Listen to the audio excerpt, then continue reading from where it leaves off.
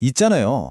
아주 짧은 노래 하나가요. 한 나라 전체의 세계관을 통째로 보여주는 열쇠가 될 수 있다면 믿으시겠어요? 자, 오늘은 바로 그 놀랍고도 미스테리한 이야기를 한번 제대로 파헤쳐 보겠습니다. 이건 그냥 옛날 이야기가 아니에요.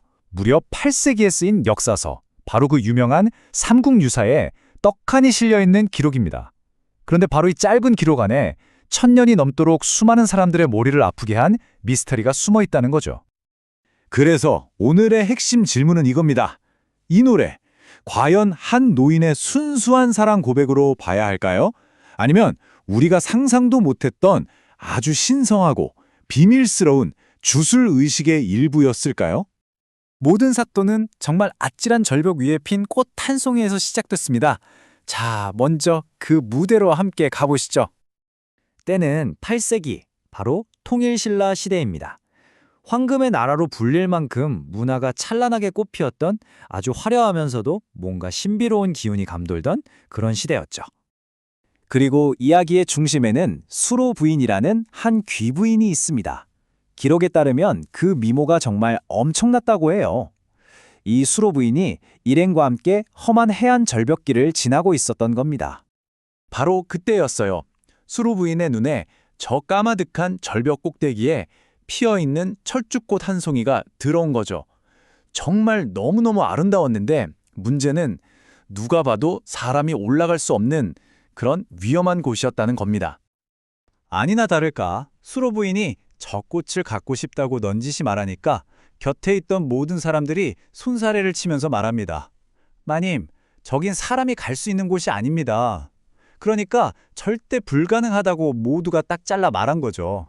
바로 그 순간 이 모든 상황을 완전히 뒤집어 버릴 한 사람이 나타납니다. 정말 뜬금없이요. 바로 소를 끌고 지나가던 한 노인이었습니다.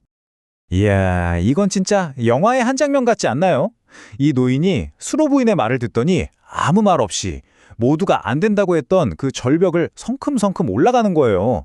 그리고는 마침내 그 꽃을 꺾어서 내려와서는 노래까지 부르면서 수로 부인에게 바칩니다. 이게 바로 그 노인이 불렀다는 노래 헌화가입니다. 들어보세요. 자줏빛 바위가에 잡고 있는 암소 놓게 하시고 나를 아니 부끄러워하시면 꽃을 꺾어 바치겠나이다.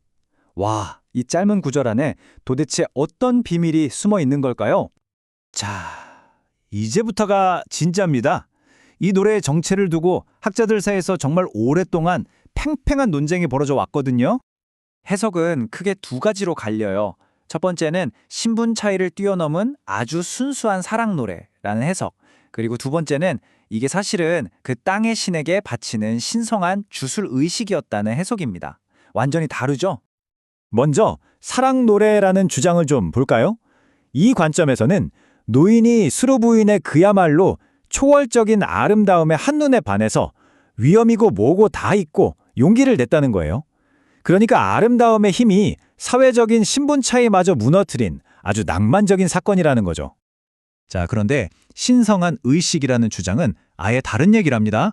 옛날 사람들에게 험한 절벽 같은 곳은 원래 신이 사는 신성한 공간이었다는 거예요.